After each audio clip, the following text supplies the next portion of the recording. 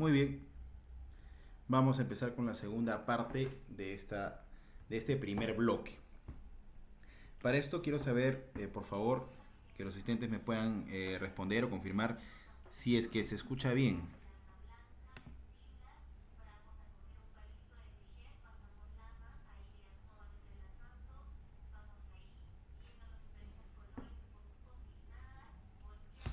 Bien, se escucha bien entonces. Vamos a continuar.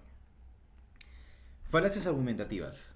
Es muy común que en la disertación existan situaciones en las que los diversos disertores, ¿no? Expositores, eh, cometan estas faltas, ¿no? Que son las falacias argumentativas. Las falacias argumentativas son aquellas formas que tiene la persona de dar validez sin asidero lógico, ¿no? A su premisa. Dicho en otras palabras, es la tesis expuesta en base a argumentos nulos o por lo menos invalidables, porque no tienen un mayor asidero real, lógico y en este caso, ¿por qué no?, probatorio. ¿Sí?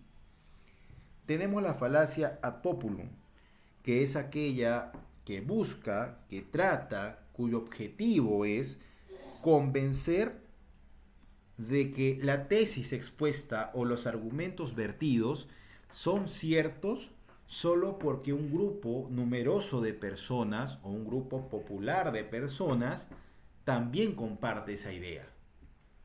Ejemplo,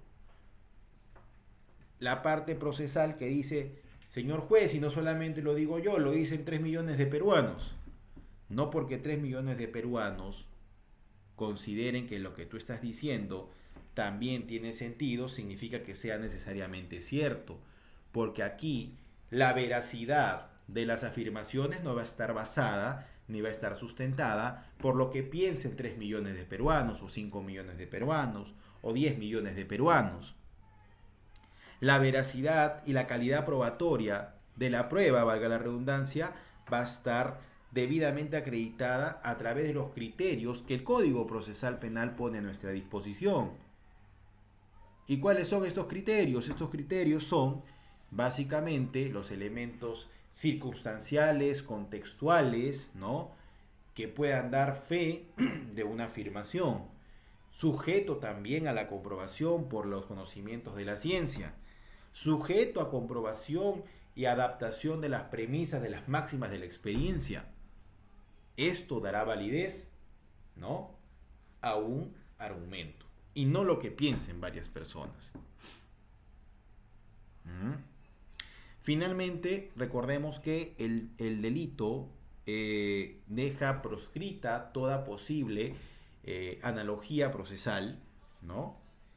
Sino que cada caso es individual, cada caso es particular y se analiza de manera independiente de cualquier otro proceso. De esta manera evitamos juicios paralelos, de esta manera evitamos juicios anticipados, juicios de valor, cuando en realidad lo que se quiere es juzgar con el derecho y no con la escala axiológica propia y particular de cada persona. Tenemos la falacia ad misericordiam, que es aquella que busca apelar a la posverdad, al sentimentalismo, a la temporalidad de las personas, ¿no? Es aquella que busca recoger validez o en todo caso cobrar fuerza en función de las emociones de las personas, tratando de agarrar o de coger ese aspecto sensible de las personas que tienen como órgano, como organismo dual, pues, ¿no? Entonces no es de extrañar que las falacias ad misericordiam busquen apelar al sentimentalismo, a las emociones, ¿no?, de las personas. Señor juez, este es un caso sensible de violación sexual. Dios no quiera que sea su propia hija la que en algún momento se encuentre aquí siendo defendida por el Ministerio Público. ¿No? Este no es un argumento válido. En todo caso, es un argumento que busca viciar, que busca enervar, que busca eh, nublar el juicio del juzgador, que por supuesto es mucho más sencillo en un sistema de jurados. Naturalmente, acá estamos hablando de otro tipo de sistema. No obstante, no es de extrañar que existen en algunas oportunidades y situaciones específicas en las que el juzgador cometa el craso error de basar su resolución o su decisión a raíz, en base o en función del parecer del colectivo. Estos son los llamados juicios paralelos, como habíamos mencionado. Y sí, efectivamente, hay fiscales que determinan disposiciones en base a juicios paralelos. Y sí, hay jueces que emiten resoluciones en base a los juicios paralelos. Pero por más significativo en el plano de la sensibilidad humana en el cual se desarrolla un proceso, este debe ser analizado con paños fríos y tocado con pinzas, más si se trata, reitero, de bienes jurídicos muy, muy importantes. Sobre todo, teniendo en cuenta este principio dogmático al cual hicimos referencia en la sesión anterior, que es aquel que hace referencia, valga la redundancia, a que el derecho penal tiene una doble función de proteger a la persona de los hechos anómalos o nocivos para su normal desarrollo, pero también debe proteger a los mismos sujetos del propio derecho penal, porque los daños ejercidos por la mala aplicación del derecho tiene igual o peores consecuencias que el delito mismo. Y este es una premisa dogmática. Recuerdo allá por el año 2015, en un caso en Chepén, creo, no recuerdo bien, en el norte del país, en donde una recién nacida de poco más de 2 meses, ¿no?, en este mundo, presentó secreciones vaginales que a la postre hicieron pues que las personas, la familia, creyeran que había sido víctima de una violación sexual. Todo esto perpetuado por su propio padre. Esta persona fue perseguida, acechada, asediada, insultada, vejada. Su casa recibía pedradas, ¿no? Ya lo daban por responsable de la comisión de este delito. Cuando se hacen las investigaciones, ¿no?, se tiene que lo que realmente tenía la menor no era restos de semen, sino lo que tenía era una infección vaginal. Miren, a tan tierna edad. Pero no era una violación sexual. En consecuencia, esta es una pequeña muestra de lo peligroso que puede ser la ejecución de juicios paralelos, de darle armas a las personas cuando se trata pues de un caso meramente legal. Y nosotros, como operadores del derecho, somos los llamados a justamente dar una opinión basada en premisas pues lógicas, en premisas competentes, en premisas fundamentadas en el derecho y en la norma, ¿no? Por lo tanto, nosotros como operadores del derecho no podemos incurrir en en este grave error que sería la falacia, ¿no?, ad misericordia. Tercera falacia, falacia ad baculum, que es aquella que apela a la fuerza o a la amenaza para poder lograr la aceptación de tu postulado, de tu conclusión. Por ejemplo, señor juez, tenga por seguro que si usted absuelve a la persona hoy enjuiciada, las violaciones sexuales van a seguir cometiéndose. Señor juez, si usted libera a la persona de Juan Pérez, tenga usted por seguro que van a seguir matando a mujeres por las calles de Ica, por las calles de Lima. Señor juez, Dios no quiera que si usted absuelva a esta persona, que el Ministerio Público tiene la plena seguridad de que es culpable, continúe delinquiendo una vez ganada su libertad. ¿No? Esa amenaza O de repente, pues no, señor juez, si usted lo libera es culpa de usted si es que existen más asesinatos. No son argumentos válidos. Son argumentos que debemos desterrar de nuestra tesis. Totalmente. Tenemos la falacia ad hominem, que es aquella que en lugar de atacar al argumento, ¿no?, ataca a la persona. Señor juez, la defensa nos está diciendo que no ha podido cometerse un feminicidio porque ya no eran pareja. El señor es un machista, ¿no? Estamos debatiendo argumentos, estamos debatiendo ideas y sin embargo la contraparte ataca a la persona de manera individual, de manera directa, cuando en realidad lo que debe atacar es el argumento contrario, ¿no? Yo estaba en una audiencia de apelación, no, miento, estaba en una audiencia de etapa intermedia, en una excepción de procedencia de acción, en donde un caso por tocamientos indebidos, nosotros hicimos referencia como defensa, ¿no?, a que el Ministerio Público tiene la obligación de reunir elementos de cargo y de descargo, ¿no? Y esto, ojo, no estamos hablando de juicio, pero sin embargo, ¿cómo pueden utilizarte esas reglas del debate en audiencias previas, ¿no? Y comentábamos que existían declaraciones que favorecían a mi patrocinado y que sin embargo no habían sido merituadas de manera correcta, ¿no?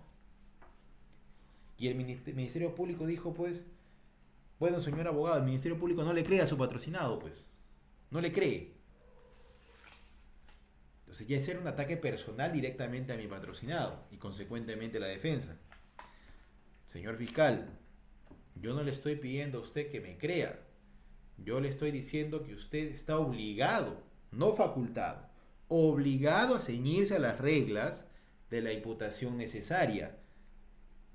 Y esta imputación necesaria es algo contemplado en diferentes y vastos dispositivos casacionales a los cuales usted tiene que limitarse. No lo digo yo, no es porque yo quiera. Y no se trata de creer o no creer en alguien. De lo que se trata es de que usted ejerza sus labores con probidad y ciñéndose a los dispositivos legales competentes y pertinentes. Debemos evitar la falacia ad hominem, porque probablemente sea la falacia más vaga de todas, la falacia más personal y la falacia que más demuestra la desesperación dentro de un debate. ¿Por qué? ¿No? Ataca a la persona. Porque viéndose insuficiente en sus argumentos, tiene que atacar a la persona o tiene que referirse a la persona porque no le quedan más ideas ni más premisas por defender. Esa es la falacia ad hominem. Señor juez, el abogado nos está diciendo que no existe en este proceso, en este caso, feminicidio. Pero claro, ¿qué podemos esperar de una persona que abiertamente en conferencias ha manifestado que se encuentra en contra de la tipificación de este tipo de delitos de género? Eso es un ataque personal, es un puyazo personal. Poco o nada tiene que ver con el debate de ideas o con el debate de argumentos. Esto debe quedar desterrado de tu argumentación en juicio oral. Tenemos la falacia ad ignorantiam, que es aquella que hace referencia a que se tiene que asumir que algo es real, ¿no?, a pesar de no haberse demostrado. Es aquel que da por cierto que un hecho, por más de no haberse probado, ¿no?, por ser un negativo, por no haberse probado su no realización ya es verdadero. Señor juez, el señor Juan Pérez no ha demostrado que se encontraba de viaje al momento de la comisión de los hechos. Ok, pero es un momento. ¿Y la presunción de inocencia? Yo no tengo que demostrar mi inocencia. De hecho, el Código y la Constitución dice claramente que una persona debe ser juzgada como inocente en cualquier etapa del proceso. Que toda persona es inocente hasta que se demuestre lo contrario. Y que la presunción de inocencia no se prueba. Justamente es eso, presumir la inocencia a menos que existan elementos suficientes para poder desvirtuar esa presunción. Entonces, no me corresponde a mí demostrar que mi cliente está de viaje. Te corresponde a ti, como titular de la carga de la prueba, acreditar que estuvo allí, en el lugar de los hechos. Los negativos, reitero, no se prueban. Y consideran que como no se probó, esto es una afirmación. No es así. Muy por el contrario, a partir de la regla de los signos, no se ha demostrado, ¿no?, que la persona estuvo en el lugar de los hechos, consecuentemente no se ha demostrado el delito. Y esto es positivo, porque significa que no cometió el delito, que es inocente. Tenemos la falacia del argumento ad antiquitatem, que es aquello que asume que la tradición reviste de veracidad un argumento como correcto. Si bien es cierto, la tradición y la costumbre se consideran fuentes del derecho, pero en este punto del proceso, la mera tradición no es razón suficiente para enervar la presunción de inocencia. Muy diferente es de las máximas de la experiencia, que es el análisis en particular de un hecho en función de un comportamiento, ¿no?, repetitivo en situaciones específicas. No podríamos decir, por ejemplo,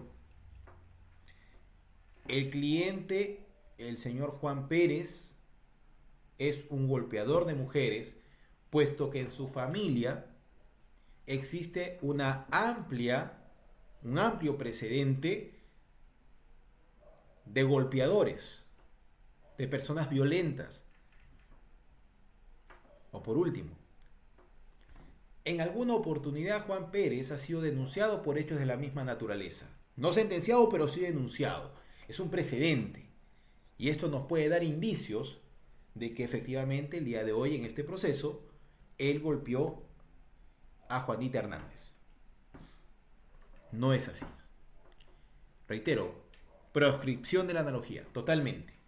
No existe analogía.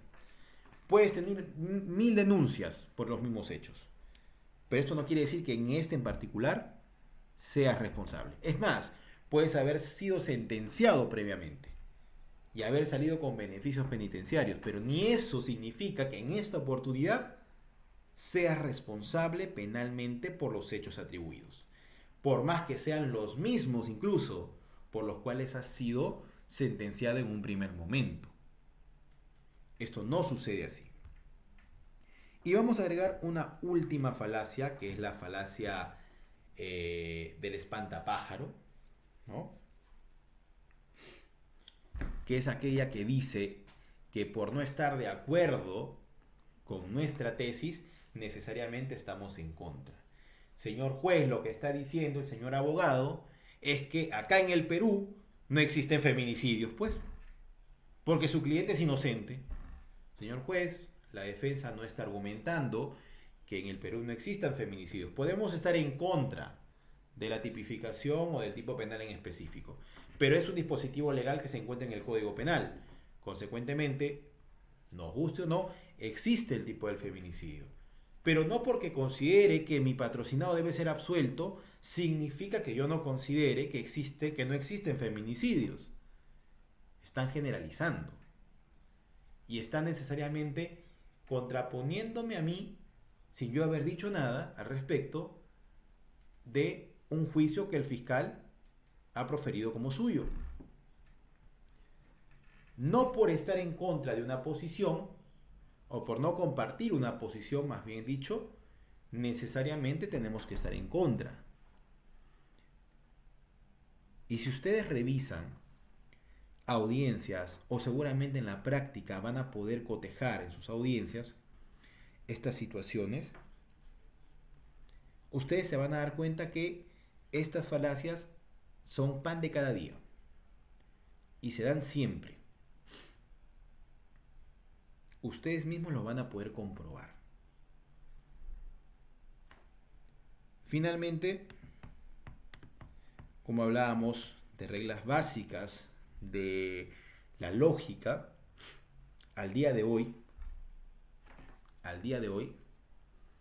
la filosofía ha avanzado a tal punto que nos hace entender que el análisis del tipo es lo más importante, la filosofía analítica, en donde hemos podido arribar a conclusiones que parecen elementales, ¿no? Pero que sin embargo son necesarias de reforzar. Solo es delincuente aquella persona que ha sido sentenciada por delito doloso y esta sentencia ha sido debidamente consentida y ejecutoriada. Antes no. Si el silogismo principal es falso, consecuentemente los silogismos individuales o particulares también lo son.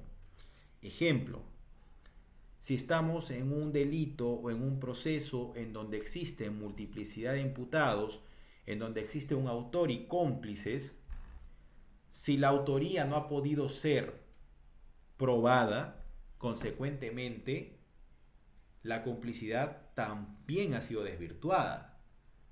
Sería una aberración procesal que sentencien al cómplice y no al autor. Sería algo totalmente descabellado. Y esto nos lo enseña la lógica. Cual regla de signos del colegio, tenemos que entender que hay premisas que no requieren ser probadas, como en el caso de los negativos. Se tiene que demostrar que algo sucedió, no que algo no sucedió. Y si existe discordancia entre premisas, entendemos que la premisa negativa desvirtúa la premisa positiva. Por ejemplo, la persona de Juan Pérez asesinó a Juanita Herrera en compañía de José Hernández, ¿no? Pero se demostró que finalmente la tesis de la fiscalía era que hubo complicidad y sin embargo José Hernández demostró que estaba fuera de la ciudad cuando esto sucedió. Tenemos un tipo negativo. Entonces el homicidio, tal cual como lo ha planteado la fiscalía, no sucedió. No sucedió, simplemente no sucedió, porque un elemento indispensable para este delito en particular que se ha expuesto como tesis de la fiscalía implicaba la complicidad, y la complicidad no existió porque se ha acreditado con documento fehaciente que la persona no se encontraba en la ciudad al momento de la comisión de los hechos. Es algo básico, es algo elemental. Más por menos, menos. Menos por más, menos. Y signos iguales, pues, es positivo. Igual funcionan las afirmaciones, igual funcionan los silogismos, igual funcionan las premisas. De la misma manera, funcionan los argumentos en juicio oral. Todo esto es necesario saber antes incluso de poder practicar las técnicas de litigación oral. Todo esto es necesario conocer antes de emplear técnicas de litigación oral. Hasta aquí hay preguntas, por favor, ya para ir concluyendo.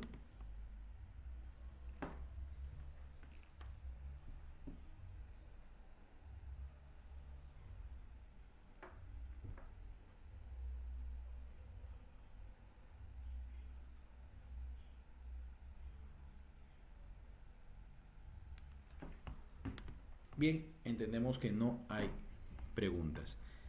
Vamos entonces a dar unas últimas precisiones para ya finalizar con la sesión del día de hoy. A ver, un momento.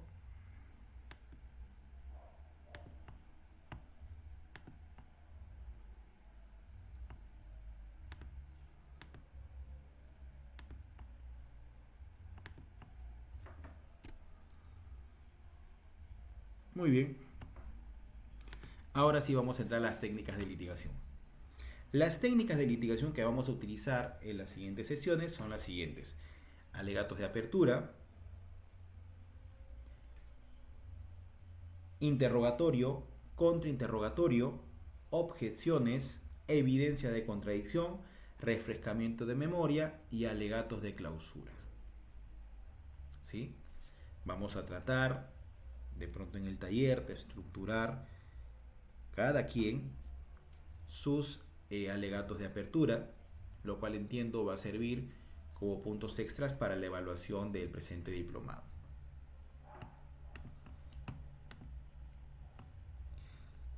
Preguntas básicas para ya ir despidiéndonos.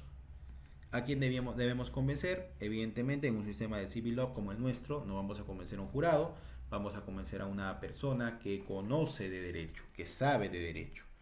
Consecuentemente, no vamos a poder simplemente convencerlo a base de histrionismo y de argumentos impactantes, sino que tenemos que tener cierto asidero válido, legal, doctrinario, jurisprudencial, para poder convencer a esta persona. ¿Quiénes aplican las técnicas de litigación oral? Obviamente la parte principal, la cereza del pastel, la van a poner pues las partes del Ministerio Público en contraposición de la defensa técnica, ¿no? Si existiese pues de pronto actor civil, también el actor civil en lo que respecta, reitero, a lo de al tema económico, ¿no? Y podríamos decir que en ocasiones los jueces aplican técnicas de litigación. Porque se ha visto casos en donde la defensa se mata a punta de objeciones, a base de objeciones, se cansa tratando de evitar que una pregunta mal formulada genere una respuesta que pueda perjudicar nuestra teoría del caso.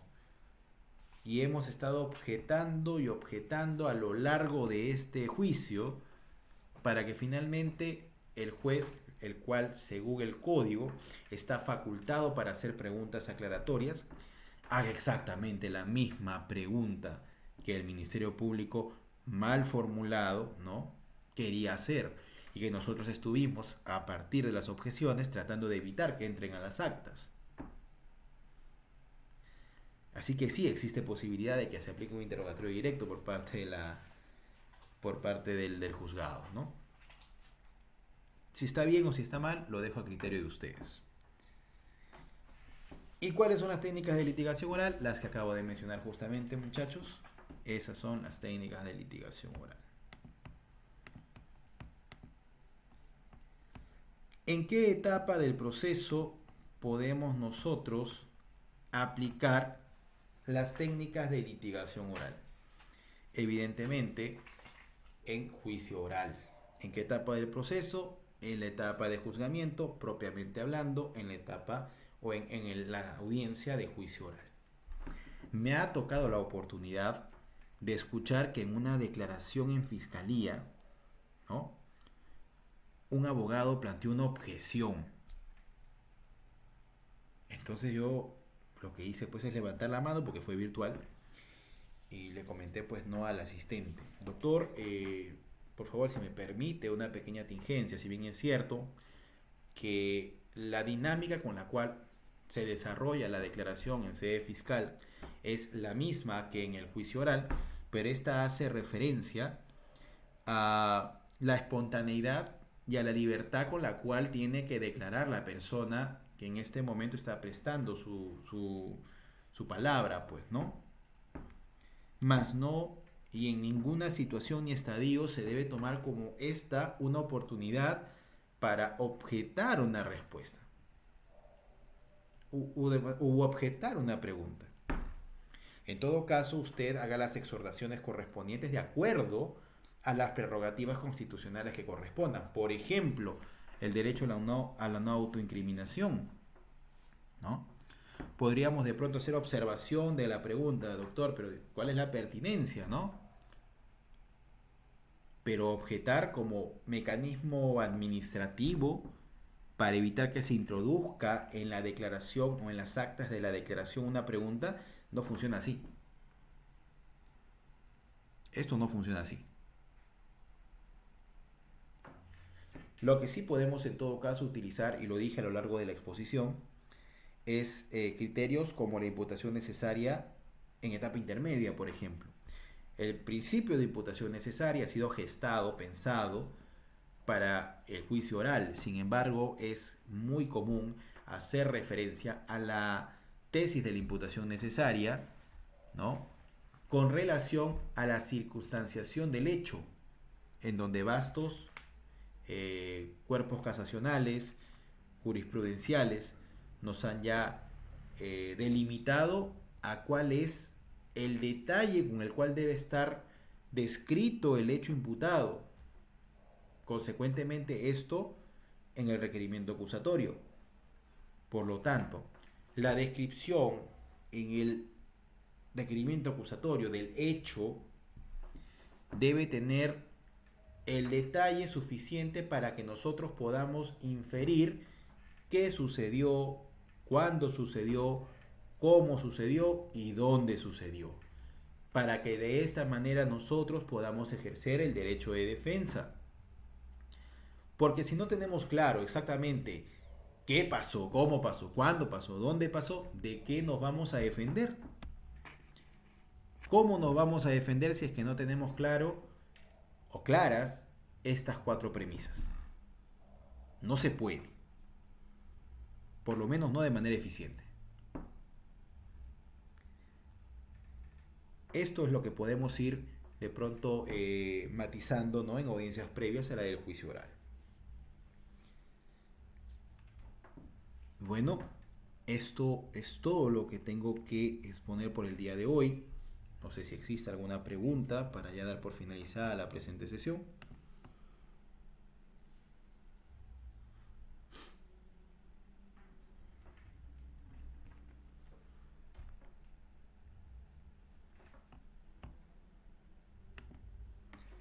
Muy bien, en todo caso creo que podemos hacer las preguntas a través del grupo con toda confianza y se estará resolviendo de manera diferida.